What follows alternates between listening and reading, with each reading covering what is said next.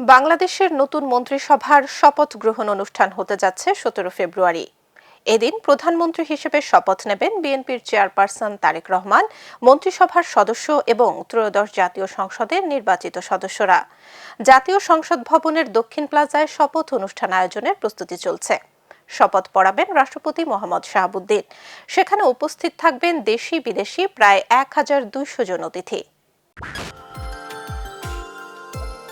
মঙ্গলবার বিকাল 4টায় রাজধানীর জাতীয় সংসদ ভবনের দক্ষিণ প্লাজায় অনুষ্ঠিত হতে যাচ্ছে নতুন সরকারের শপথ গ্রহণ অনুষ্ঠান।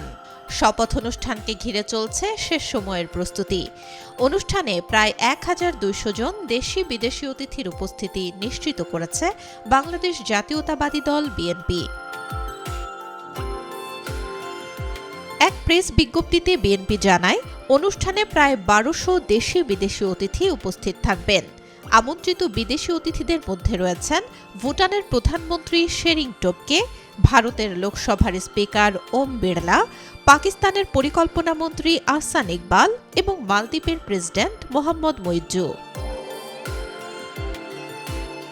এছাড়া নেপালের পররাষ্ট্রমন্ত্রী বালানন্দ শর্মা ও শ্রীলঙ্কার স্বাস্থ্যমন্ত্রী নলিন্দা জয়তিসারের উপস্থিত থাকার সম্ভাবনার কথা জানা গেছে। যুক্তরাজ্যের ভারত প্রশান্ত মহাসাগর বিষয়ক আন্ডার সেক্রেটারি সীমা মালহোত্রারও অনুষ্ঠানে যোগ দেওয়ার সম্ভাবনা রয়েছে বলে জানায় দলীয় সূত্র। শপথ অনুষ্ঠানে সার্কভুক্ত দেশের পররাষ্ট্রমন্ত্রীদের আমন্ত্রণ জানানো হয়েছে বলে জানান আইন উপদেষ্টা আসিফ নজরুল। এসব কারণে নতুন সরকারের এই শপথ অনুষ্ঠান ঘিরে রাজনৈতিক অঙ্গনে তৈরি হয়েছে ব্যাপক আগ্রহ। সংসদ সচিবালয় সূত্র জানায়, অনুষ্ঠান আয়োজনের সব প্রস্তুতি ইতোমধ্যেই সম্পন্ন হয়েছে। এদিন নির্বাচিত সংসদ সদস্য শপথ নেবেন। একই সঙ্গে তারা সংবিধান সংস্কার পরিষদের সদস্য হিসেবেও আলাদাভাবে শপথ গ্রহণ করবেন।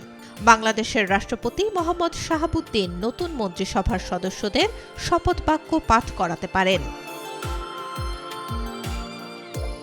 দীর্ঘদিনের প্রচলিত রীতি ভেঙে এবার প্রধানমন্ত্রী ও মন্ত্রিসভার সদস্যদের শপথ অনুষ্ঠান বঙ্গভবনের পরিবর্তে জাতীয় সংসদ ভবনের দক্ষিণ প্লাজায় আয়োজন করা হয়েছে।